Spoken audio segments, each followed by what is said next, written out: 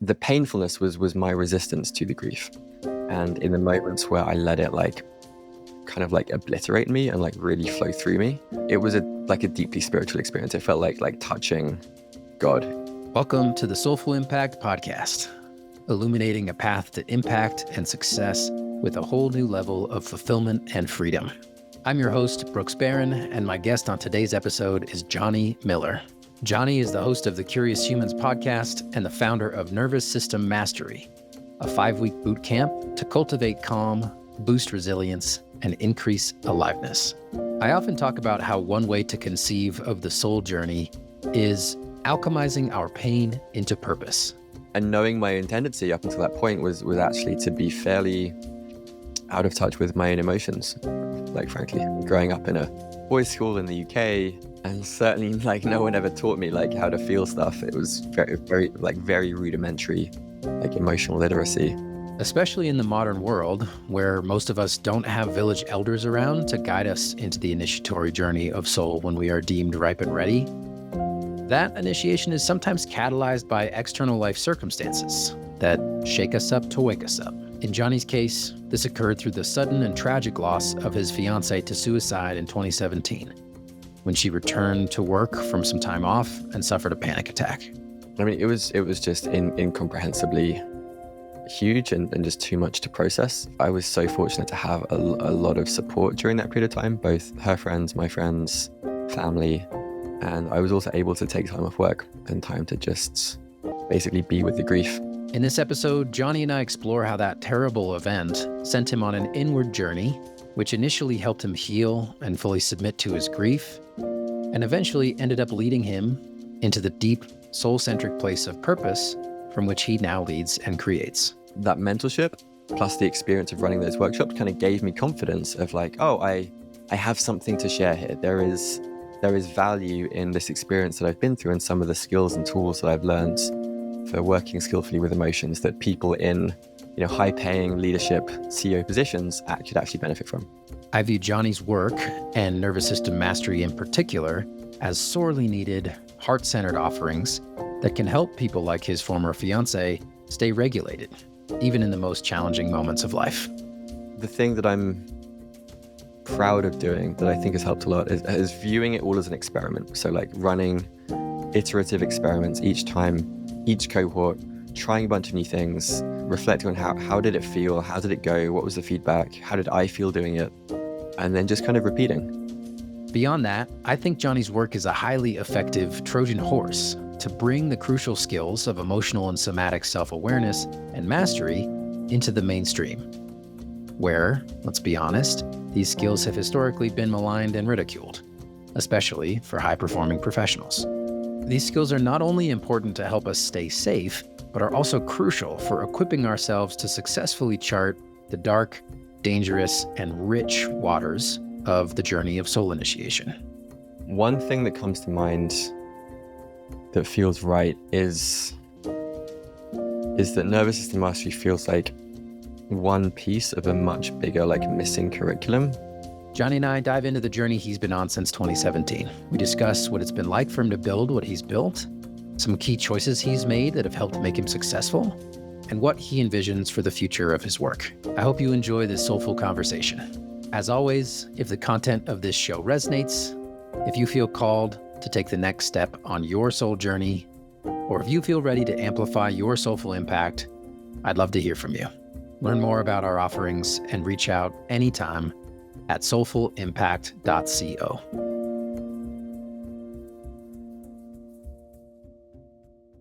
Jonny, welcome. Good to see you, my friend. It's great to be here, man. I'm excited for the conversation. Likewise. So let's start. I'd love to invite you to share what comes to mind for you when you hear the word soul, or what are some things that soul means to you? Dive in the deep end. That's kind of how I roll. Bear your soul up front, huh? What does soul mean to me? What comes to mind is the phrase that I think it's David White uses it around the image at the center of your life. And so I guess I think about soul as like the central archetypal organizing force through which my unique contribution or gifts get to be channeled into the world. Uh-huh. Uh-huh. Oh, I love that. Yeah, I'm gonna have to look up the exact quote, but it's something like the truth at the center of the image you were born with. Yes, that exactly. Exactly. Yeah. Yeah. Hmm. It's this it's this kind of inherently beyond words thing, isn't it? Yeah, I mean, I think of it as something that that is increasingly. It's also living as well. I think there's like maybe an issue that I take with kind of like finding your purpose or like finding your thing is there's a sense of it being static. But I think of soul as being this like this living like archetypal force, I guess, that we're in conversation with, and that is maybe another way to put it is like it's trying to be birthed through us, and I view my work as like trying to get out the way or like Yes. getting away the conditioning and the programming and the stuff that kind of like inhibits what wants to come through. Love that. Yeah, I'm a real big fan of that 4 ways of being: to me, by me, through me, as me. Mm-hmm. Michael Bernard Beckwith, I think, originated that model, and then I first found it through the Conscious Leadership Group. And it's at the start of their book, The 15 Commitments. We can experience life as happening to us, victim consciousness. We can experience life as happening by us, creator consciousness. And then we can also experience life happening through us, and we can experience life happening as us, Mm-hmm. which would be as me would be kind of full non-dual experience. Through me, I find is a really fun place to hang out. And I find more and more, I love that you brought that in, because I find more and more that's actually the kind of conversations I'm wanting to be having these days, Mm-hmm. is exploring what is through me consciousness, what does it look like, what does it mean, and Mm-hmm. how do we create it? Yeah. Yeah, there's a real like element of like surprise and adventure in that approach because I love like occasionally this happens in podcasts where I'll say something and I'll like almost like overhear myself saying something I didn't realize that like I thought or I believed, Right. and that's really fun when like you can be surprised by the shit that comes out of your mouth without Totally. consciously Right. realizing that like that Yeah. was there. Um, and then maybe the other like relatively recent reframe or insight that I've had around soul is in like Buddhist philosophy or let's say like earlier versions of Buddhist philosophy, there was this idea of like escaping suffering, like escaping the wheel of samsara. And for me, kind of acknowledging and like moving towards soul or soul work or soul expression is distinct from that because it's like acknowledging the emptiness of everything, but then also um in that like what is mine to contribute to like the unfolding adventure of life or like the unfolding adventure of the cosmos. And that to me is such a richer, it's like we're not trying to escape this human experience and just like meditate until we can check out. It's like how can we like yes reduce suffering but then also create and play from that place. 100%. Yeah. 100%. Yeah, I love the idea that there are kind of, to generalize, there's sort of 2 main directions we can move in to access the sacred. We can move up towards spirit or oneness or God, the heavens, the cosmos, etc. Mm, And that's the direction that I associate with some of maybe those earlier Eastern philosophies or ideas that are a little more, that can turn in, that the shadow side of them can be that they're more escapist, or I would say they become escapist when they're not balanced out by the other direction, the downward direction of spirituality, going downwards into the darkness and into the earth and into our bodies, and actually finding the sacredness of and in the mundane and even the sacredness of the suffering itself, in the way that it really does create this sacred uniqueness that we get to live out then, because your particular suffering is completely unique to you, and the particular mundaneness of your particular human experience. But and I think I'm excited to get into this with you and invite you to share more of your story, and I think we'll probably see this play out through this conversation. But what I would, you know, what I see as the amazing gifts that are flowing through you now into the world, such as nervous system mastery, among others, uh, wouldn't be here without the sacredness of your own suffering and your own human experience. Yeah, 100%. I- it's interesting in that, like, I'll share that, as I mentioned before we jumped on this call, I'm actually in like quite a lot of pain right now. Like my back is like really, really kind of like on fire, and it's kind of contracting and tensing. And something that I'm sitting with right now is, uh, in the kind of um like I'd frame it as like maybe capital S suffering. It just kind of came to mind, like in the big things, or whether it's in um, a medicine journey, or like big picture suffering. I'm usually able to find the way in which it's like suffering as grace, or like suffering as a force for wearing me away. Um, and that's kind of what I've been playing with this morning. I was just like allowing some like helplessness, and like throwing a little tantrum like earlier, like Nice, nice. attempting to kind of see the ways in which this pain is like maybe also trying to like wear parts of me away, or bring me into greater humility. Mm, It's definitely doing that. But, like beautiful. yeah, so I guess in some ways I'm in it right now, and I find like the everyday aspects like this to actually be more challenging to find the inherent meaning in, than like the, because when you're in a medicine journey or a breathwork journey, it's, for me, it's easier to connect to how the suffering has like greater meaning, or greater purpose in a way. Yeah, yeah, I completely know what you mean.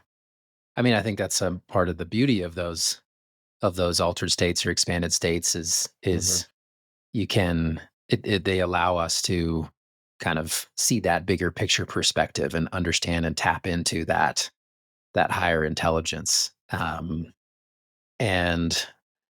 it's the same for me. Like it's the small little things on the day to day that often feel like the little nuisances Hmm. or I would imagine like the inconveniences. sleep deprivation of early Right. fatherhood, and Yeah. Well, that's a great example. I mean, that one has been such a teacher for me. And as I was just sharing with you, our daughter turned 2 years old in November, and yeah, she's still not sleeping like consistently through the night. Like I was awake. I was at 4 a.m. last night with her in her room, and I have found this. Uh, I've actually found this real ability to enjoy it, like appreciate it. And of course, there's moments where it still drives me up the wall, and especially when it gets bad, right? And that's the challenging part, is when it's so intense that it just builds up and you just get worn down, and you have to find you have to find resourcing. But there's also something so powerful in just the surrender to it, and the allowing of it, and and then through that finding like the sweetness. Oh my gosh, like so tender, so sweet. And how long is this gonna happen before, she's a grown kid and she wants nothing to do with me. And I long for these days where she just wanted me to snuggle and sing her Puff the Magic Dragon so she could fall back to sleep. that sounds great. I think I'd love that. It's fun. I leave out the last verse though because it's a really sad one, so I just stay with the I fun know, have to. imaginatory early verses. Yeah. Beautiful. Uh, so, well, to come back around to the topic of soul and to your work, I guess why don't we maybe this would be a good time to invite you to dive into your sharing your story a little bit more and the roots of the tree that is now the life that you're living. Where did it begin, and where were the seeds first Mm, planted for um, the path that you're on now? mm. Yeah, I love that. That's a beautiful image. Um, I mean, I'd say I've always had a kind of like an inclination towards bigger philosophical questions, and maybe centered around the question of like, what does it mean to live a good life? I think that's probably been like a central thread through most of my life. I studied philosophy at university, and back then I was obsessed with reading Nietzsche and Aristotle and some Stoic stuff. But it was relatively intellectual at that point.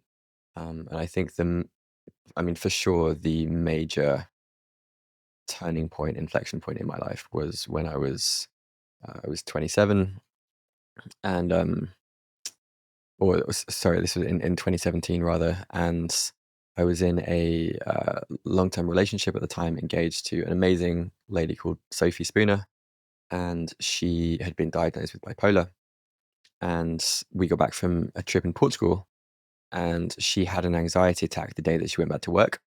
I was still in Portugal at the time, and she came home and overdosed on her medication on lamotrigine, and ended up taking her own life. And that was, I mean, it was just incomprehensibly huge, and just too much to process for sure at the time. Um, but in the kind of days and weeks afterwards, or days and weeks following, yeah, I mean, I was so fortunate to have a lot of support during that period of time, both her friends, my friends, family, and I was also able to take time off work and time to just basically be with the grief, and go to the places that it felt almost like the grief had certain kind of like horcruxes that were kind of like stored in certain places or with certain people. And I kind of like went on this journey of like, yeah, kind of like collecting these grief horcruxes. It's what it felt like. And I remember one, I was like went to a train station where we'd had a meaningful moment, and I just like broke down on the floor, like sobbing by the turnstiles, just like Wow. in public. Or Wow. like another time was like in an Apple store for some reason. Just I mean, that I think that's the way grief works. It kind of hits you to some degree Yeah. at these like unexpected times, and Well, the but the thing is, though, that I'm struck by hearing your story right now is how much it seems like you were willing to submit to it. Because grief definitely comes in these waves, but it's right, also, right. yeah, what helps you really like submit to it in that way? Right. Well, I think that's a great point. I think ultimately, or at least in the beginning, it was a fear of turning out like certain adults I'd met who hadn't metabolized their grief, and who had become these kind of almost like slightly zombified, less alive, like husks of human beings, to put it Yeah, like harshly, but also I think it's accurate to some but degree. accurately, yeah. Yeah, and knowing my own tendency up until that point was actually to be fairly out of touch with my own emotions, like, Hmm, frankly. Growing up in a boys' school in the UK, and certainly, like, no one ever taught me, like, how to feel stuff. It was like a right. very rudimentary, like, emotional literacy. And so I think it was honestly fear out of, like, if I continue along my default trajectory, then that is likely where I will end up if I'm not careful. Um, in the same way that meeting a 35-year-old person who works in finance in London was very effective at getting me to run in the opposite direction from city to London. It's like that was Yeah, actually incredibly motivating. nice. And so So I it sounds think like you had enough awareness of what you didn't want to do. Yeah. And you also had enough awareness of your existing patterns to Yeah. avoid or suppress, and that Mhm. when the time came, you had the willingness to just go into it. Yeah.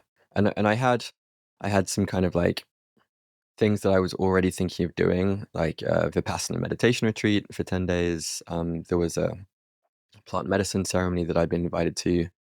Um, and so those things kind of like fell on my lap as well. And they were definitely very supportive in helping with that unfolding process. Yeah. And also, I mean, I think reading certain books, I remember reading Francis Weller, Francis Mm. Weller's book, and also Martine Prachtel, The Smell of Rain and Dust, and Oh, nice. certain like Rilke poetry as well, was actually incredibly, I would say, essential for that time as well. Yeah. Yeah. And You were really well like equipped. articulating grief in a way that I certainly had never been introduced to before.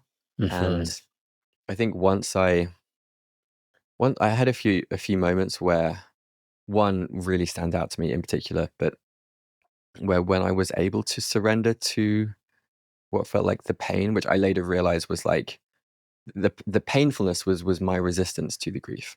And in the moments where I let it like kind of like obliterate me and like really flow through me, it was it was a like a deeply spiritual experience. It felt like touching God in a way. Like there were like tears streaming down my face, and I felt like I was touching like the raw, deep nature of reality.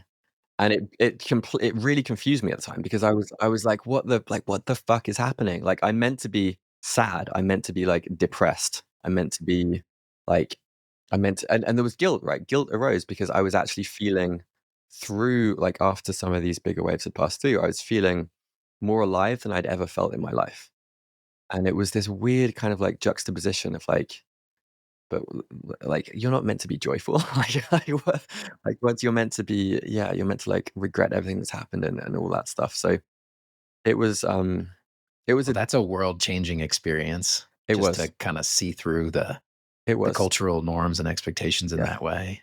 And I think that like that opened me up to basically like what if everything I'd learned about emotions was kind of wrong in some ways. Mm, mm. And it also got me very curious about um yeah, particularly breath work was the thing that really landed for me, but also Vipassana and plant medicine and these types of experiences. So yeah, it was that for sure kind of laid the foundations, created the roots to come back to your tree metaphor for really a lot of the work that I do today and the questions that I'm now exploring.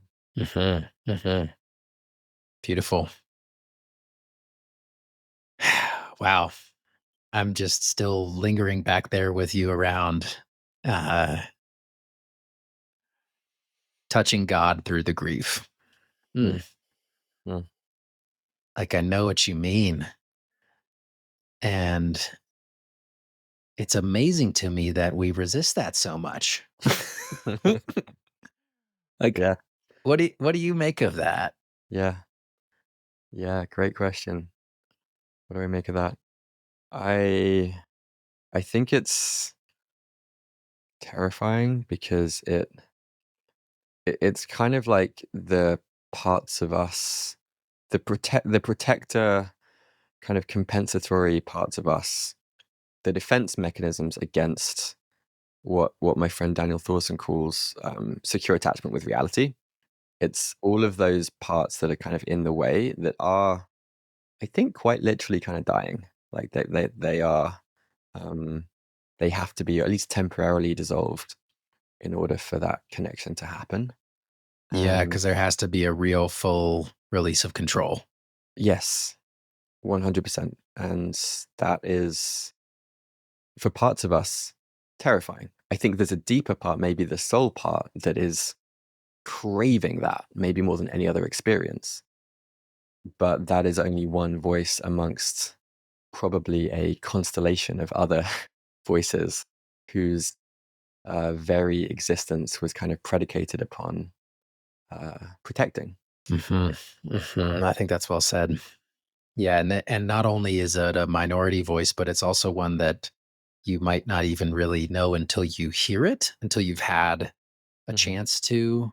And so It's Mhm. like you could see how you could get stuck, because if those protector voices are loud enough and firm enough, Mhm. they might kind of more or less keep you away from real contact with that deeper voice indefinitely, or Mhm. convince you that any contact that you've had with that deeper voice was, oh, it was nothing or silly or stupid or it doesn't make sense or it's not Mhm. real. Mhm. Uh 100%. And I think it also depends on, I mean, I think I was fortunate in some ways that like the grief was somewhat clean for me, but for people that have a stronger sense of maybe guilt or shame related to whatever the loss was, like it came up for me a little bit around what if I'd said something different, or what if I'd done something different. But for people for whom, maybe they did contribute to someone passing or dying, that I think it's easier to get stuck in that story. yeah, sure. Sure. Hmm. So this kind of launched your uh your curiosity and interest in going deeper around emotions and Hmm. the nervous system. Hmm. Yeah. So the connection that I made during a breathwork training that I did, um, was was that a lot of these states that I'd been fascinated by, um, whether it was like through just the raw grief itself, or through breathwork journeys, or through meditation, that the nervous system was in some ways like the central thread between all of these, and that was both something that could be studied. There's some science around it. There's some theories as to how it works, and there's also a huge amount that is unknown as well. And it felt like a bridge between yeah, like evidence backed approaches and strategies which appeal to my kind of left brain scientific perspective, and then also like in these altered states that we don't really understand much about, it's clearly the bridge. So the nervous system felt like this beautiful, yeah, bridge between, I guess, like left and right brain hemispheres, which for me almost, or like art and science, and that intersection fascinated me. And I also realized that there were both little and big, maybe like life. There's like small interventions you can make. I don't know, like learning 4-7-8 breathing, or humming, or improving your somatic awareness, that you can learn in like less than a day, and it will dramatically improve your life. So there's almost these buffet of like quick wins that you can have from just learning the basics, and then there's also this deeply nuanced lifelong path of building your capacity, expanding your capacity, and learning to welcome the full spectrum of human experience, which is what we were just speaking to, which is a journey that never truly ends. I mean it like right now, like with the back vein, uh, and so that really appealed to me as well. That there was this kind of like instant kind of, oh, everyone should know this and benefit from this, and there's also a path of mastery. I think it's fairly accurate to say. Beautiful. Yeah. Nervous system mastery. And It's it's certainly a catchy. catchy title. Yeah, it's really good. It's really good. And I've taken the course. It's raw that which is also really good. And Appreciate that. something I appreciate about your course is how it becomes a bridge, and I think has been for so many. Mm. You're, I think, well over 1,000 alumni at this point, if I'm not mistaken, and I really appreciate how well you have distilled down this range of both like these quick wins and this relatable, practical, tangible, scientific side of the equation, with also kind of opening the door into this much more mysterious world of just the inner experience of what it is to be a human. That I Yeah. imagine has been a really meaningful bridge for a meaningful number of people. So Mm. just appreciating I'm appreciating what you created there. Mm. Thank you so much. And yeah, I mean, it's felt like, I mean, maybe coming back to the question of soul, it's felt for sure like the closest thing to like a kind of soul expression that I think I've come across. And I've really steeped myself in the question of um like bridge building, but also experiential like learning design. and the question of like, how do you convey essentially states of consciousness, things that are very intangible in a tangible way, and or how do you create the conditions for these states to arise is maybe a better way of putting it. And it's also appeal to the part of me that loves like connecting dots and like finding interesting people or interesting modalities and inviting them in. An old mentor of mine would say, go find, come play. It would be like his like 4 word. That was like his business in 4 words, like go find, come play. And that's what I've done, I think, with the guest teachers. You know, we've had probably like over 30 guest sessions now, and I get to learn from them. And the nervous system is, again, it's adjacent to so many other really interesting fields, from addiction and internal family systems to parenting to you know, there's so many threads in there as well, that so it allows me to keep learning at the same time. And if I'm still learning, then it stays interesting for me, and I can like keep some momentum going. Absolutely. Yeah, right. Well, and that makes you a leader worth following. You're devoted I don't know about that. to your own learning. Well, I do. Yeah, I'll give you that. You know, if I can trust you to be completely to constantly be devoted to your own expansion of awareness Mm, in this mystery, you're not, you know, like you're not pretending to play this game like you have it all figured out or something like that. hmm But you're in it for the learning just as much as your students are. I mean, at least speak for myself. That's the kind of person I want to learn from for mm, sure. mm, thank you. Well, that's definitely what I strive for. Yeah. Yeah.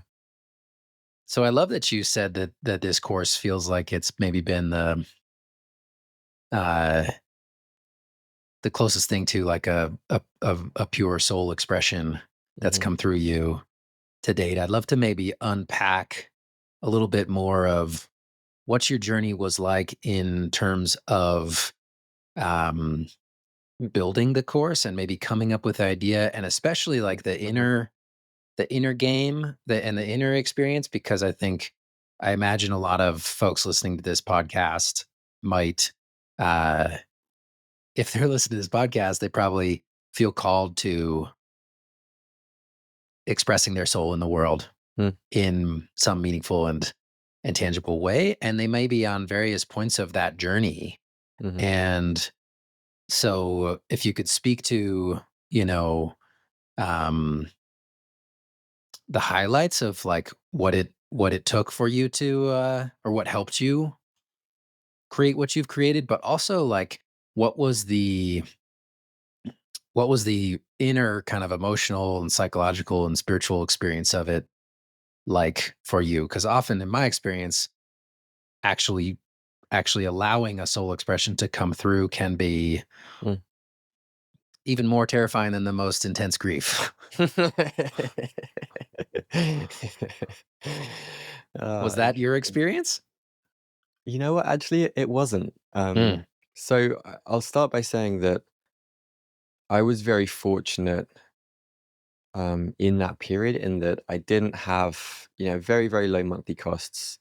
Um, Kelly and I had just started dating essentially, and we were living in Bali at the time when the idea came to me.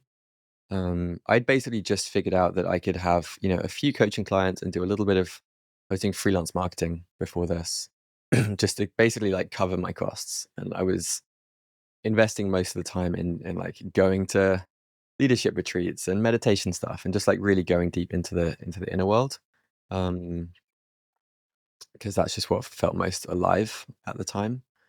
Um, and then I had an idea for a workshop. I think actually this was no, I can tell you the exact moment that the idea came. I spontaneously went to a friend of mine, Jan Chipchase, did a retreat in Japan that was actually very expensive, and I wasn't entirely sure why I wanted to go, but there was this kind of like inkling of like you should go, like you should be there, but it didn't really make rational sense. And then I stayed an extra day after that retreat, and I was practicing for a TEDx talk called "The Gifts of Grief" that I was learning the words for, because you have to learn the script when you give a TEDx talk. And Jan overheard me practicing, and this started a talk around grief and then we talked about resilience, and he was like, why don't you run a workshop called Emotional Resilience for my community? And I was like, oh, like, wow. Yeah. I mean, I really respected him. He had a huge, incredible reputation, huge trust in his community. And he also mentored me in a way to kind of put together this initial workshop series that was on emotional resilience.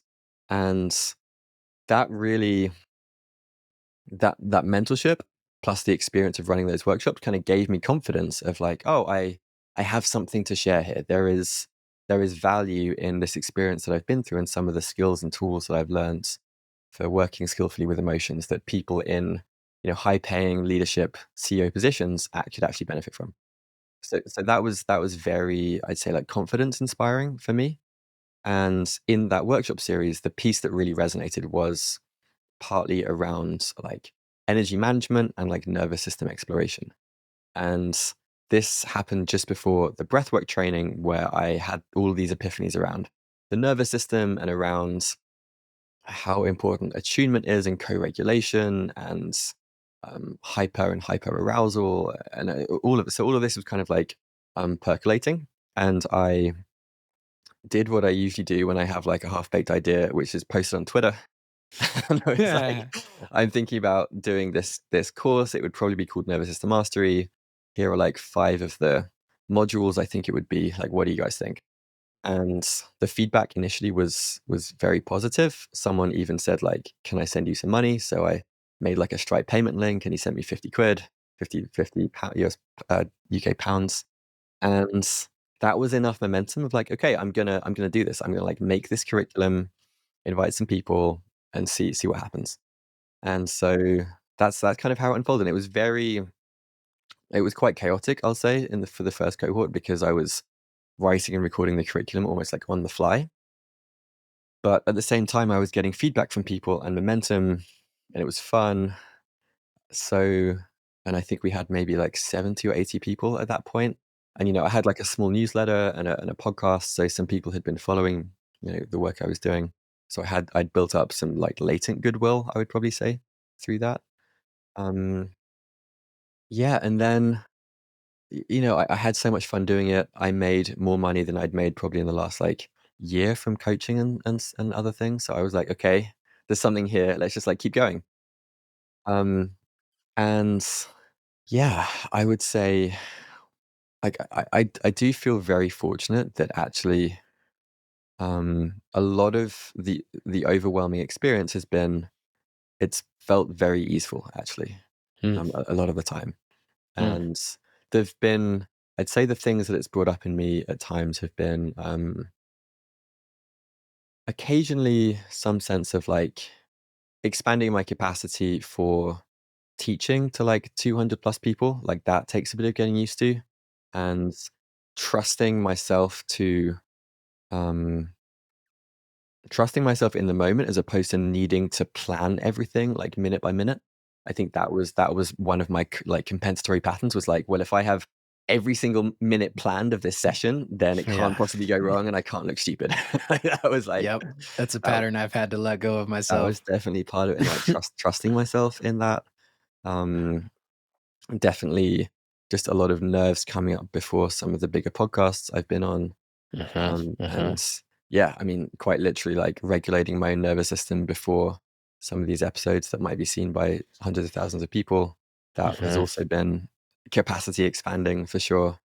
Yeah. And I think the thing that I'm proud of doing that I think has helped a lot is viewing it all as an experiment. So like running iterative experiments each time, each cohort, trying a bunch of new things, like running them, reflecting on how did it feel, how did it go, what was the feedback, how did I feel doing it, and then just kind of repeating.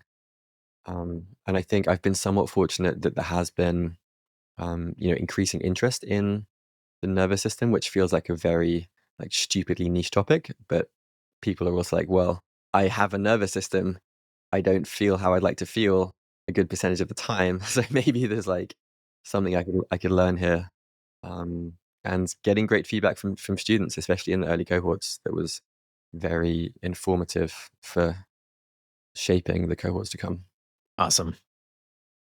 I'm really struck by just how much it seems like the the invitation was so ripe for you, and it sounds like a lot of what you did really well was just saying yes, Mm, like seeing and experiencing, like starting with just your friend Jan in that workshop, but kind of sensing that opening and seeing how your gifts could meet that opening and just being willing to go for it, being willing to experiment, get it wrong, try things out, get feedback, and kind of trust yourself to hold it all. Yeah, almost just letting yourself get out of the way to some extent.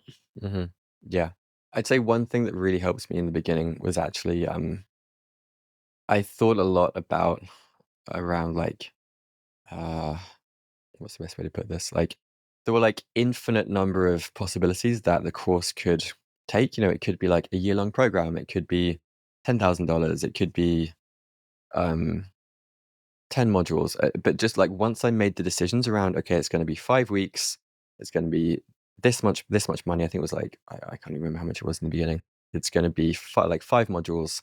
Once I had that structure in place, it was like, okay, like this is what it's going to be. It doesn't have to be this way forever, but this is what it's going to be for now. And I know how to like fill in between the lines now that I have this structure. That was really helpful. I think if I hadn't decided on that early on, I could have spent a lot of time just in indecision around like, oh, but what if it's like this, or what if it's like this? So I think just making that decision early on and trusting it was really helpful. Yeah, nice. Hmm. Yeah, there's so much to be said for iteration and pivots, right? And but Exactly. on the other hand, uh, you can do too much of that, and you hmm can end hmm up hmm constantly changing something around, hmm and then it's inconsistent, and it's not actually can't actually like create the momentum. Totally. Yeah. Hmm. Okay, great. And so now, if you take a deep breath and you zoom yourself out, and perhaps in whatever way feels in alignment for you in this moment on the spot to uh, connect with what your soul knows about where this work wants to go or where you want to take it in the future.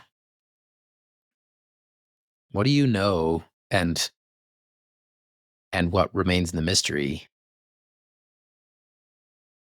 about that, like big audacious vision in your heart? Like you could just like really wave the magic wand, and there are no constraints and no need to stay attached to practical reality. And like, where does this lead? Mm.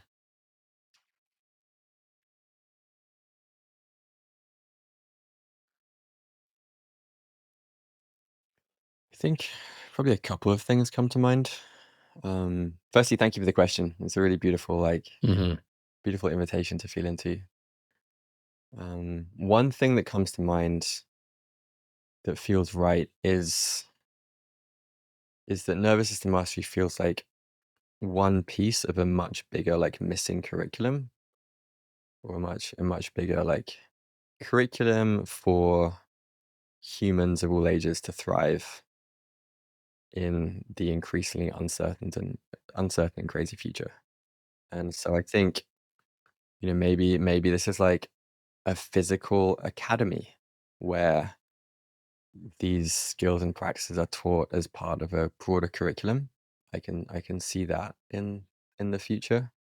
Um, I think bringing this to kids and parents, which is something that's, we're hoping to embark on that journey this year, and I can only imagine how useful these skills will be, and how I will be continuously tested and called out on my own shit over and over again.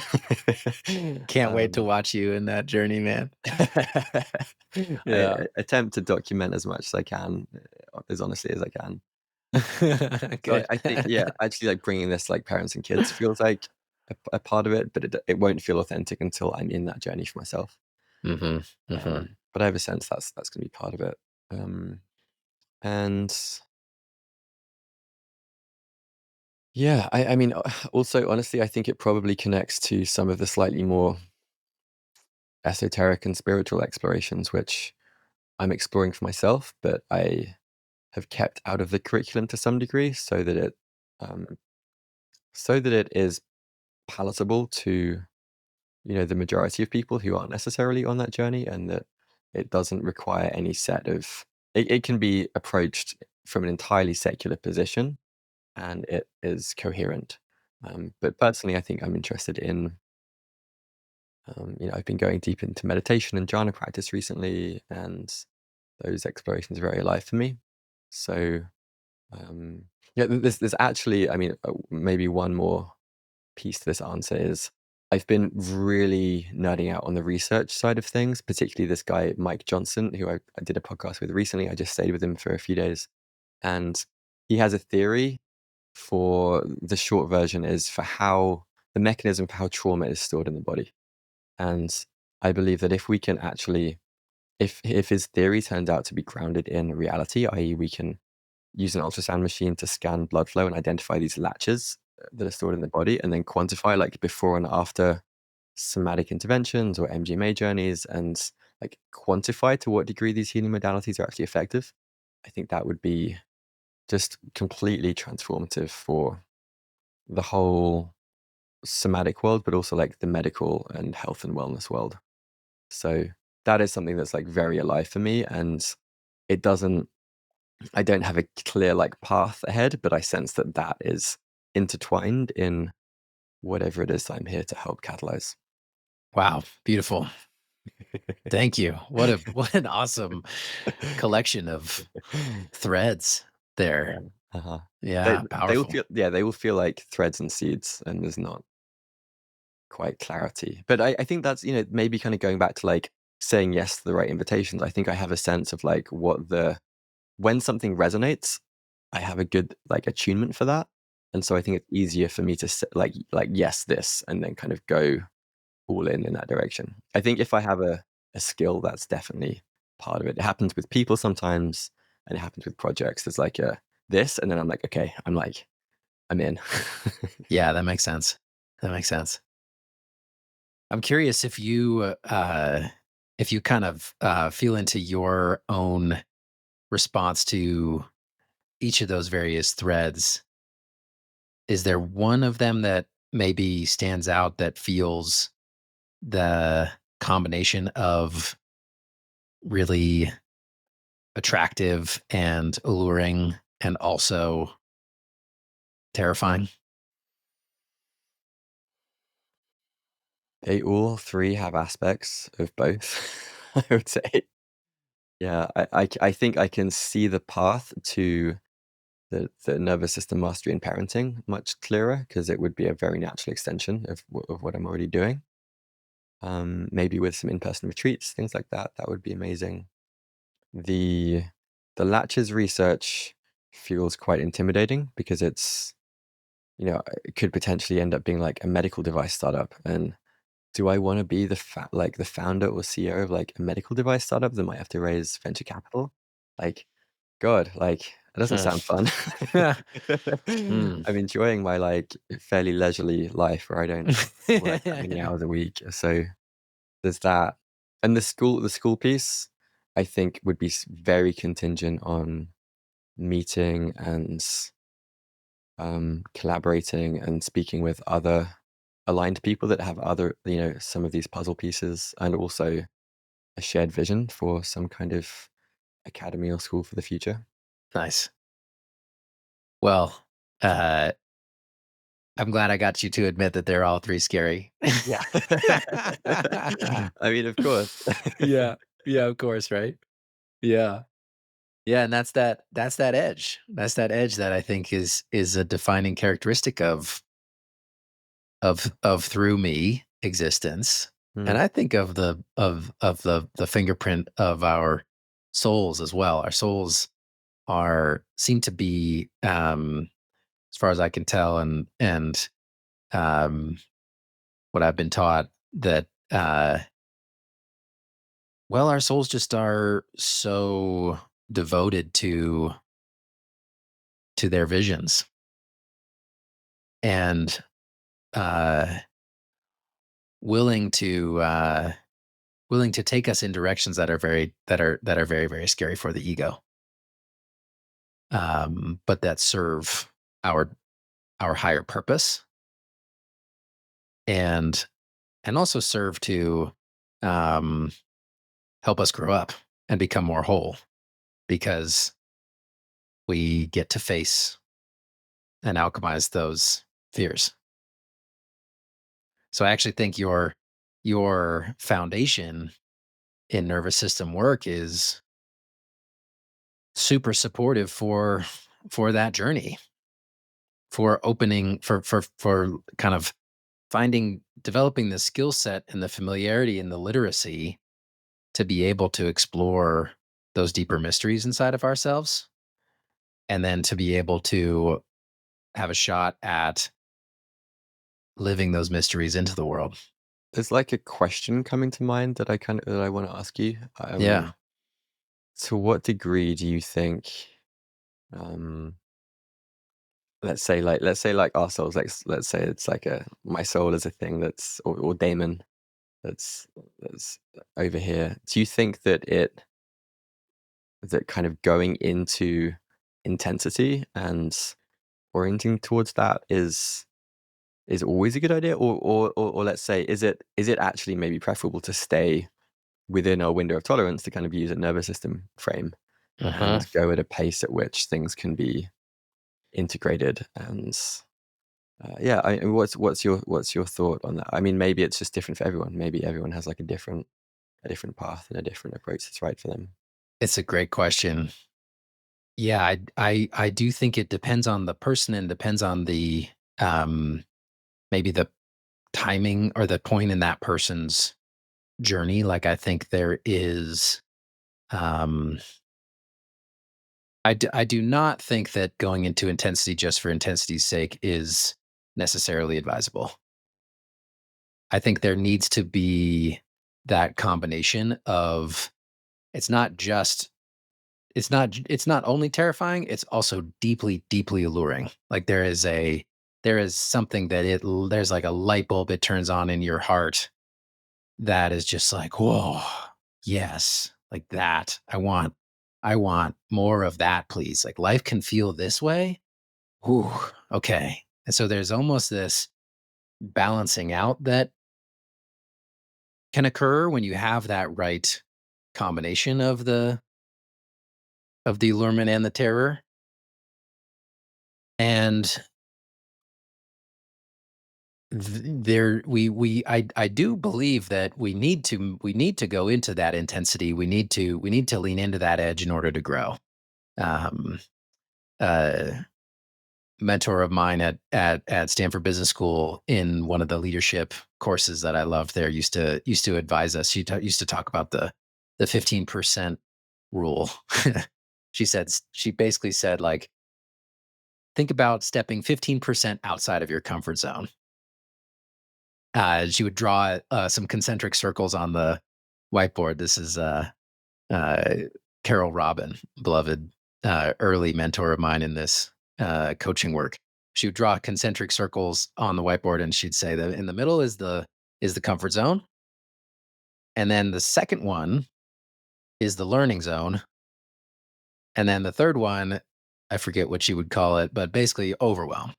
So, to like, you could put that in nervous system language much better than I could, but I think there's a certain level of recognizing that the way we grow is through intentionally leaning into those edges, while also pacing ourselves. It is definitely possible to do too much, and knowing yourself, knowing the time, and, you know, what is the way that you approach your day-to-day life versus what is the way that you show up for a a moment that you just know in your heart of hearts is a threshold for you, and maybe is actually inviting you quite a bit past that 15%. Like there's like what it takes to kind of live a good stasis, and then what it takes to break through to the next level. Mhm. How'd I do at answering your question? Yeah, great. The line from Rilke popped up around like like aim to be defeated by like greater and greater beings, like Nice. beauty and terror. And it's like, yeah, Nice. I mean, I thought of like beauty and terror as like, yes, there's both the excitement, but there's also the fear at the same time, which compounded could be like overwhelming beauty, overwhelming terror, Yes. and allowing yourself to be defeated um, Yes. by it. I love I that. think is like part of how, yeah, I guess we get the coming back to what we were saying earlier, the protected parts get worn away, and whatever is beneath that, let's call it soul for the sake of this conversation, gets to shine Mm, through more. right. Yeah. Yeah. Yeah. Pema Chodron talks about offering yourself up for obliteration again and again until you find the part of yourself that cannot be obliterated. That's exactly it. Yep. Yeah. Yeah. So Beautiful.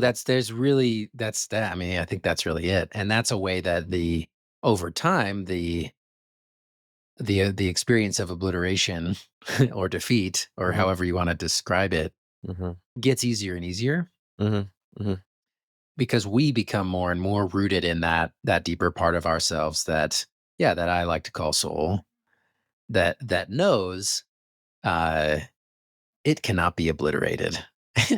And what's actually being obliterated or defeated is the ego, or the attachments of the ego, or the old outdated patterns of the ego. And when you can learn to love and embrace that and even welcome it and enjoy it, that's when it's I think it's quite the same as what you pointed out with your experience of grief, and how you realize that the thing that was actually um more painful was the resistance to it. Hmm. Hmm. Yeah. Yeah, totally. And I think the maybe a mark of progress on that path is just like less forgetting and like less spending more time where that awareness is front and center, and less time where we're kind of just doing our thing and oblivious to that. Hmm. Exactly. Yeah, the when it when we are when it's taking us less and less time to sort of notice when we've been hijacked, Hmm. Hmm. and then less and less time from that point to then come to a state of acceptance and love around that, like loving and accepting ourselves for for having an ego that hijacks us sometimes. Hmm. Hmm. Then it's, yeah, smoother 100%. back into the that underlying state of flow. Yep. So, turning the questions back to you again, although I do appreciate it. Um, you mentioned earlier, um, the world growing more and more increasingly chaotic, I Hmm. think was your language for it. Hmm. That really landed for me. Um, what's the path that you see for yeah, for this nervous system work um to support people, both to support people in being with the chaos that might be getting more chaotic in our world right now? And also, how do you envision how that might help us collectively chart a path to a more balanced and regenerative future? Is that a big enough question? Just a little question. Just a little question. Thanks, Brooks. Yeah. Jesus, where do I start with that? Well, I mean, for better or worse, what seems to be the most common entry point into caring about nervous system work appears to be, for the most part, suffering on different levels. And so, um, just a pattern that I've observed is, some people already have a pretty big capacity, but when the level of suffering, whether it's a health crisis or they lose their job, or they a really bad breakup. There's a number of different things that can catalyze it.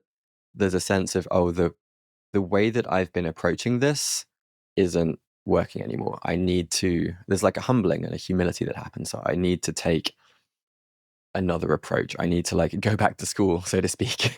Not necessarily with my course, but just in general, I need to learn a different set of skills in order to navigate, because this isn't working. And so to some degree, I think that the increasing uncertainty, the acceleration of just change in the world right now that we're seeing is likely. I mean, you can kind of look at the global trends around anxiety and depression, and tragically suicide and mental health challenges and ADHD. Like all of these statistics are going in like the wrong direction, so to speak. And so I view nervous system literacy more broadly as being extremely important, and in some ways paramount, that at least the basics get kind of shared, disseminated into the public, and that it goes from being this very niche thing to something that is just much more commonplace. At least that's a hope of mine. And then the second part of your question was, could you rephrase it again for me so I can get it right? Yeah. So I suppose a rephrasing of the question would be, as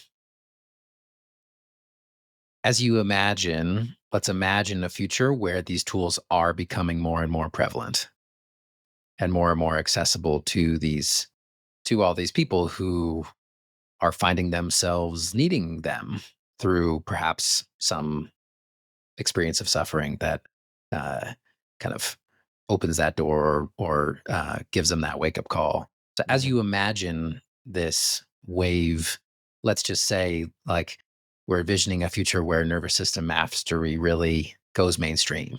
Mm-hmm. How does that change the society that we're living in? Mm. Yeah, I mean, it's a huge question. I don't have an answer. I have it's like a hunch or a hope, which is, I actually don't think, and this might sound very pessimistic, but I don't think that the suffering, at least in the short term, is avoidable in I think the next 5 or 10 years or more are going to be very intense in a lot of ways. I guess my hope is that and by we, I just mean like people, humanity, are able to, like, in the same way that, on a personal level, like during the period of grief, I was able to like allow myself to be, like the parts of me that weren't me could be obliterated by that particular flavor of suffering. And I hope that, maybe that could happen on like a collective level to some degree. And there's also a risk that, as the intensity increases, things can go both ways. It's like post-traumatic stress versus post-traumatic growth. And I think the path to post-traumatic growth involves, to some degree, allowing oneself to be obliterated by the suffering, just as, to use Pema Chodron's quote that you shared from earlier. To the degree that we're able to do that is, I think, the degree to which we as a species can grow from the intensity that feels like it's around the corner. And I hope that nervous system mastery and tools and practices that are adjacent to it can help, shift the needle maybe like 1 degree, 2 degrees towards that path, as opposed to the path where we are just overwhelmed by it and we actually revert to our reactive tendencies and our least mature expressions. Mhm. Well, I hope so too. And I expect so. Yeah. So I was struck earlier by there's some beauty in the way that you shared at the beginning of this conversation about this tragic loss of your then fiance, Sophie, and you are now in a beautiful multi-year marriage with an amazing woman named Kelly, who I know well, and I also know well to be a quite soul attuned human being. And yeah, I guess I'd love to invite you to share um, what has what has your experience been like of being in a romantic partnership with another person who is also attuned to these questions of soul? Maybe let's start Mm. there. Mm. I mean, it's very hard for me to imagine being in a long-term partnership or marriage where my partner wasn't attuned to those questions, or even Mm, just having that shared language to some mhm, degree. mhm. Because from the outside, a lot of these conversations could look completely crazy. um, Yep. and and I don't know if we both didn't share a commitment for, in some ways, our marriage and partnership to be another kind of um like what's the best frame, kind of alchemical, like melting pot for our own soul's growth. um yeah, it would just be a very different partnership, and a very different life. So I'm incredibly grateful that she is fascinated by these questions as well. um she did a vision quest with Animas a few years ago, Yeah, I and was that there was with her right. as a Yeah, you guide. were, of course. Yeah, Yeah, yeah. yeah, That's yeah. how we And met. As a before, yeah, and I just heard about you through her on that totally, quest the that's first time. funny. Yeah. Yeah, I mean, and that was a big turning point. And I think that in some ways, I think that it does create more short term, like, volatility, I would say. um and at the same time, more long term, just like deep trust and sense Yeah. of aliveness too, frankly. Yeah. Yeah. um Yeah. That volatility being, I imagine, uh, correlated with those smaller parts being obliterated. yeah, yeah, on both sides, totally. Yeah, I mean, totally. Yeah. particularly, to kind of use Bill Plotkin's metaphor, like when you're in part of the soul descent, or like one aspect of soul descent, like a lot is, it's a very ungrounded and kind of scary place to be. And that can really be challenging for a partnership where, like, all kinds of things get called into question. um and it was definitely challenging for us at times, particularly when we were in Bali, and the first kind of 6 months of being in the US. It just brought up a lot of stuff, and stuff that we then had to work through, and like find out how we could support each other through, yeah, just the some of those bigger questions. Mhm. Yeah, I can relate to that. And then, you referred to earlier that uh that deeper trust, and which in my experience is something that actually almost emerges through those challenges. Like it's like through Mhm, working through those, that volatility in the partnership, and the the experience of just being in a close and committed intimate relationship with some each other, while you're holding the space for each other to, like, really be exploring mhm, and changing a lot, like working to access this deeper truth of who we really are. It's like certainly not for the faint of heart. And I think I hope that another thing that becomes more and more mainstream is um relationship, like mentorship, counseling, et cetera, mhm. that sort of like holds Wonderful. that bigger Mhm, picture of the relationship almost as a container, as an alchemical container, like you put it. mhm, So so powerful, because then when you can access that space with each other, it becomes true, and you get to be transformed together, and through that access this um this magical version of love that is like couldn't have actually maybe been even possible before going through that passage. Do you Mhm. relate to that? Absolutely. And I mean, it seems like soul aligned work, parenting, and marriage feel like the three kind of fronts that have the most potential to like trigger us to bring out Yeah. our spirit. And Right. but then like with every trigger, it's like if it's with the meta frame of, oh, this is an opportunity for me to like integrate like an exiled part of myself, then to the degree that one or both of us in the partnership can hold that perspective, then every trigger does become an opportunity for, because it's never about, if I get triggered, it's never about Kelly, it's about something that happened in my past that I'm projecting onto her. So then it's like, to the degree that she or I am able to notice that, then it's like it's beautiful, and it does become an accelerated like growth process. And again, I think the question is like, what's the what's the appropriate cadence and intensity, and like where's your 15%, right? Yeah, you gotta pace yourself. You really Maybe do it's have to like pace yourself. It's 200% for important. like a few Yeah. months, and you're like, whoa, okay, like Yeah. we need to take the Time foot to off the gas rest. a little bit. Yeah, Yeah. spiritual burnout is a real thing for sure. Yeah.